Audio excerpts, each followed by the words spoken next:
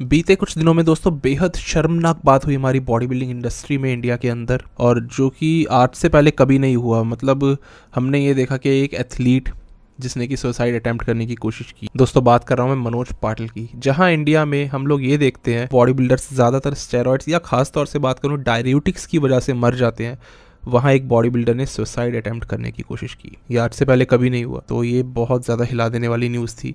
और बहुत ज़्यादा दोस्तों इतनी ज़्यादा कंट्रोवर्सी हुई कि आज से पहले हमने नहीं देखा कि इतना ज़्यादा एक बड़ा स्टेप उठाया गया किसी एथलीट की तरफ से। दोस्तों इसके ऊपर मैं थोड़ी सी बात करता हूँ कि क्या हुआ और मेरा इसमें टेक क्या है।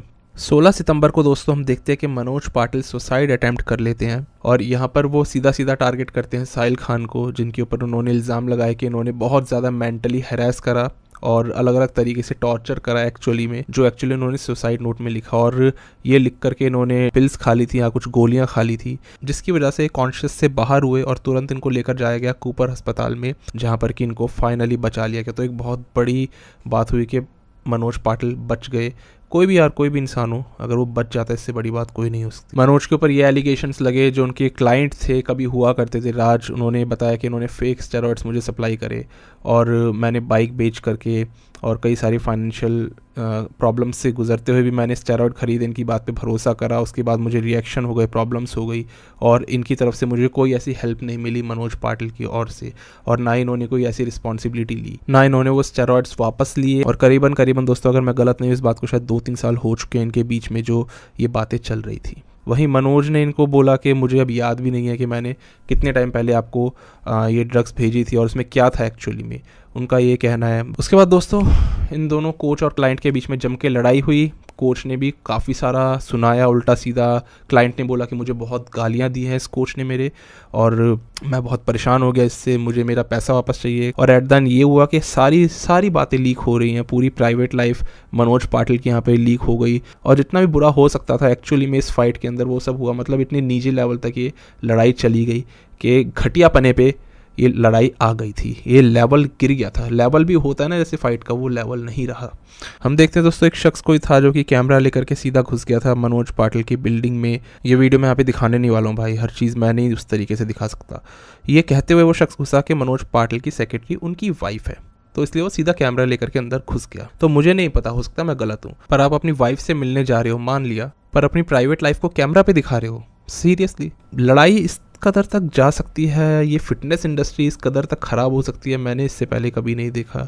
और दोस्तों सही बता रहा हूँ, ये बातें करके ना चैनल भी मेरा ख़राब हो जाएगा, लेकिन फिर भी अपना काम है, आप लोगों की डिमांड है और आप लोगों को भी जानना था कि मेरा इसमें क्या टेक है, और आगे बात करता हूँ इसमें क्या हुआ। तो मनोज का पूरा केस था फेक स्टेरॉइड्स का, और उनका इसमें क्या डिफेंस रहा। स्टेरॉइड्स बेसिकली आप कोई चीज़ मान लो डिलीवर कर रहे हो, तो वो प्रोडक्ट बदल भी सकता है जो रिसीवर है, जो कंज्यूमर है। जैसे कि हम अमेजोन फ्लिपकार्ट पे देखते हैं ना, लोग प्रोडक्ट कोई और मंगाते हैं और वापस कोई और चीज़ करा देते हैं। तो वो पॉसिबिलिटी उन्होंने रखी, जो कि बिल्कुल एक पॉसिबिलिटी बन सकती है कि आपने उनसे हो सकता है ओरिजिनल स्टेरॉइड रिसीव करे हो और फेक दिखाने लग गए हो कैमरा पर।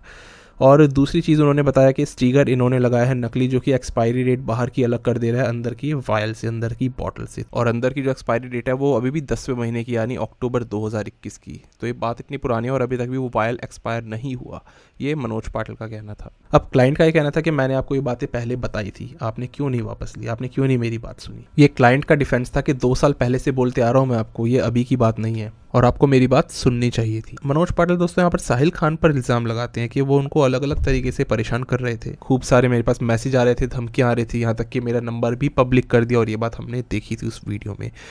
मनोज पाटिल के पेरेंट्स ने भी उनका डिफेंड करते हुए अपने बेटे का ये बोला कि साहिल खान लंबे टाइम से इनको परेशान कर रहे थे। वहीं साहिल खान ने बोला कि मेरा एम सिर्फ इतना था कि मैं ये चाहता था कि ये रैकेट एक्सपोज हो जो कि फेक स्टेरॉइड्स का चल रहा है, बाकी मैंने और कुछ नहीं किया। और वहीं मनोज पाटिल ने जो बात बोली है, उन्होंने कहा कि मैं ना प्रमोट करता हूँ स्टेरॉइड्स का, ना आपने कभी सुना होगा मुझे ये बात बोलते हुए, तो मैंने कभी इस चीज़ में कोई डील ऐसे नहीं करा। लेकिन वहीं जब इन दोनों की पर्सनल बातें आपस में फ़ोन पे हुई, तो साहिल खान ने भी कई सारी ऐसी बातें बोली जो कि हमें नहीं मालूम थी, प्राइवेट बातें उनसे करी मनोज से, जिससे कि ये साफ साफ जाहिर हो रहा था कि ये चीज़ सिर्फ स्टेरॉइड रैकेट तक सीमित नहीं है, पहले की भी इनकी कुछ बातें रह चुकी है, कंपनी रिलेटेड पॉलिसी वायलेशंस की फ़ोटो फ़ोटो यूज़ करने की। वहीं मनोज की बातें जो उन्होंने बोला कि मैं ना प्रमोट करता हूँ ना कुछ करता हूँ, लेकिन उन्होंने एक्चुअली में अपने क्लाइंट से बात करी थी फ़ोन पे, वो भी रिकॉर्डिंग लीक हुई थी कि मैंने भी यही स्टेरॉयड यूज़ करे और आपको भी यही दे रहा हूँ। तो इससे प्रूफ होता है कि मनोज ने भी स्टेरॉयड सेल करे थे, हालांकि वो प्रमोट नहीं करते। तो दोनों ही अपनी बात पे खरे नहीं उतरे जो उन्होंने एक्चुअली में क्लेम करे हमारे सामने। अब दोस्तों मैं अपना टेक रख दूं यहाँ पे कि मैं किस तरीके से सोचता हूँ, क्या होना चाहिए था असल में। देखो स्टेरॉइड्स तो ज़्यादातर सभी एथलीट्स लेते हैं, तो उसके ऊपर तो मैं बिल्कुल जज नहीं करने वाला कि क्यों लेते हो, यही पहली बात यही गलत हो गई, वो केस ही नहीं है डिस्कस करने का। अब एक क्लाइंट को एक दिन फेक स्टेरॉइड्स रिसीव हुए, ये उसका कहना है, तो कोच की इस पर क्या जिम्मेदारी बनती है। पहली चीज़ वो ये कर सकता है कि ठीक है आप मुझे वो पैकेट वापस से भिजवा दो, जो होगा मैं देख लूँगा आगे। दूसरी चीज़ वो क्या कर सकता है कि एक और पैकेट कोच भेज दे सेम, कि सॉरी पहले वाला मैंने आपको नकली भेज दिया, ये जानते हुए कि हो सकता है क्लाइंट ने उसको बदल दिया हो, एक्चुअल पैकेट को फेक दिखा दिया हो। पर आपको भरोसा करना पड़ेगा अपने क्लाइंट पे। कोच और क्लाइंट का रिलेशनशिप कैसे चलता है, दुनिया में कोई भी रिलेशनशिप कैसे चलता है, ट्रस्ट के ऊपर। आपका क्लाइंट आपसे झूठ बोल रहा है, आपको उस पर भरोसा करना पड़ेगा।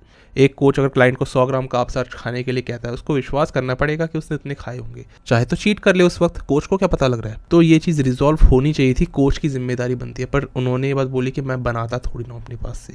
ऑब्वियसली बात हमें पता है कि वो फार्मास्यूटिकल कंपनीज बनाती है, थर्ड पार्टी कंपनीज बनाती हैं, कोई भी घर में इसकी खेती नहीं उगाता।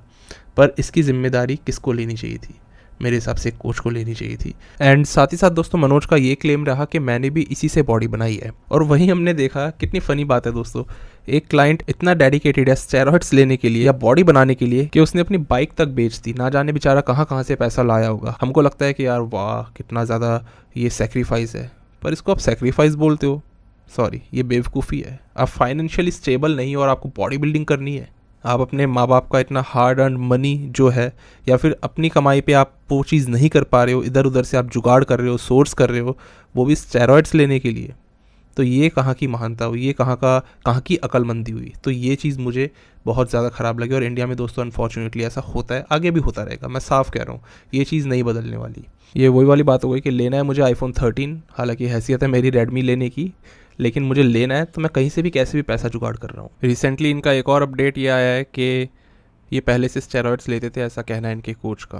आपके पास राज फौजदार आया, उन राज फौजदार ने कहा कि मैंने आज तक कभी मुझे सामान का पता नहीं, मैंने कभी तैयार नहीं हुआ, मुझे ट्रेनिंग नहीं मिली, कुछ नहीं मिला, ये क्या सच्चाई है भाई? ये बिल्कुल झूठ है। ठीक है, 2017 में जब हमने गेम खेला था तो हमने सामान यूज़ किया था। ठीक है, उसके ठीक है पहले से जो रेड हाँ उसके पहले थी रेड था, पहले रेड उसके फिर रेड रहते थे पहले ही। अच्छा हाँ, तो आपके पास जब था तब भी उसका जब भी था रेड तब भी था।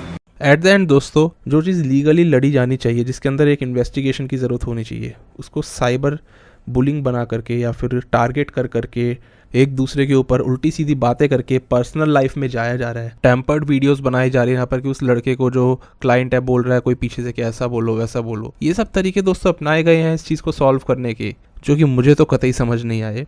इंसाफ तब होता अगर एक लीगल एक्शन लिया जाता दोनों ही पार्टीज़ की तरफ से। अगर क्लाइंट को लगता है कि एथलीट ने कोच ने ऐसा कुछ गलत करा है तो बिल्कुल आप उन पे लीगल केस फाइल करिए, आपको ये कानून इजाज़त देता है। तभी तो आप अपनी बात को सही से रख पाओगे कि ऐसा आप कैसे फेक स्टेरॉइड्स बेच रहे हो और कितने लोगों को आपने और बेचे हैं। ऑब्वियसली इंटरनेट पर बताओ लोगों को कि ऐसा हुआ है मेरे साथ में, वो बात ठीक है, वहाँ तक जायज़ है। और वहीं अगर कोच को लगता है कि मेरे ऊपर एलिगेशन फेक लगाए गए हैं तो आप इसको लीगली मैटर को सॉल्व करो। लेकिन ये ऑनलाइन जो हद से ज़्यादा ड्रामा हुआ ना, इससे रिजल्ट और सॉल्यूशन क्या निकला दोस्तों कि एक एथलीट ने सुसाइड कमिट करने की कोशिश करी। तो अब आप ये तो समझ गए होंगे ये तरीके नहीं होते हैं लड़ाई करने के, ये लेवल बहुत ख़राब है। इसलिए मैंने आपको बोला कितने हल्के लेवल तक ये लड़ाई गई। अभी फ़िलहाल साहिल खान का ये कहना है कि वो रैकेट बंद कराना चाहते हैं जो फेक स्टेरॉइड्स का चल रहा है, जो कि मैं कहूँगा बहुत अच्छी मूव है, करना चाहिए सही में। इससे तो बहुत बड़ी समस्या सॉल्व हो जाएगी लोगों की, जो कि अच्छा खासा पैसा भी खर्च रहे हैं और उसके बाद प्रोडक्ट भी फेक मिलता है, हेल्थ से भी वो जाते हैं, सब कितना बच जाएगा। तो ये तो मैं बिल्कुल चाहूँगा ऐसा हो। इस वक्त की दोस्तों अगर मैं करंट सिनेरियो की बात करूँ तो मनोज पाटिल को सब लोगों ने सपोर्ट करा कल, और ये लिखा कि कम बैक, ताकि आप जल्दी से स्टेज पे हमें दिखाई दो और जल्दी से आप रिकवर हो जाओ। मतलब जितने भी बड़े बड़े एथलीट्स थे ना, सुहास खामकर, संग्राम चौगले, सुनीत यादव जैसे लोग, इन सब ने पोस्ट डाला है, जो कि अच्छी बात है। वहीं साहिल खान की अगर मैं बात करूं तो अभी ऐसा लग रहा है कि वो कुछ भी ऐसा पोस्ट नहीं कर रहे तब से, जब से इंसिडेंट हुआ ज़्यादा उन्होंने नहीं करा, स्पेशली मनोज पाटिल को जो टारगेट कर रहे थे और ट्रॉलिंग कर रहे थे, और इस वक्त उनके ऊपर FIR फाइल हो चुकी है। बट देखते हैं ये रैकेट बंद करवाने की जो बात की गई है साहिल खान की ओर से, ये कितनी आगे तक जाती है। तो अब दोस्तों क्वेश्चन आखिर में आता है, असल में सही कौन था और गुनहगार कौन था? स्टेरॉइड्स क्या मनोज पाटिल ने भेजे थे उनको, या फिर वो झूठ बोल रहे हैं?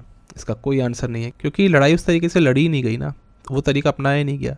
ये सिर्फ इसी तरीके से बुलिंग होती रही दोनों पार्टीज़ की तरफ से, और हमें सिर्फ एंटरटेनमेंट और मसाला मिला जो कि पब्लिक खूब एंजॉय करती रही इस टाइम। बाकी दोस्तों एक बात ज़रूर बोलूँगा, मैं किसी की भी यहाँ पर साइड नहीं हूँ, मेरे हिसाब से दोनों में कोई ना कोई खामियाँ हैं दोनों ही तरफ पे। लेकिन कोई भी इंसान जब खुदकुशी करने की कोशिश करता है ना, वो खुशी से नहीं करता, चाहे वो इंसान कितना मर्जी गलत हो। ये बात मैं बोलना चाहता हूँ। दोस्तों मेरी इस वीडियो से आपको ये तो समझ आ गया होगा कि मैं दोनों पक्षों में से किसी की साइड नहीं हूँ। मेरा ना किसी से लेना देना है, ना मुझे कोई इन्फ्लुएंस करता है, ना कोई कर सकता है। तो अगर आपको लगता हो मैं सही बात बोल रहा हूँ तो डेफिनेटली आप कमेंट करके मुझे बता देना। बाकी दोस्तों यहीं पर ही ख़त्म कर देते हैं, अभी से बहुत लंबी हो गई। मिलते हैं अब एक नई वीडियो में एक नए टॉपिक के साथ। तब तक के लिए स्टे ट्यून्ड, गुड बाय, शुक्रिया।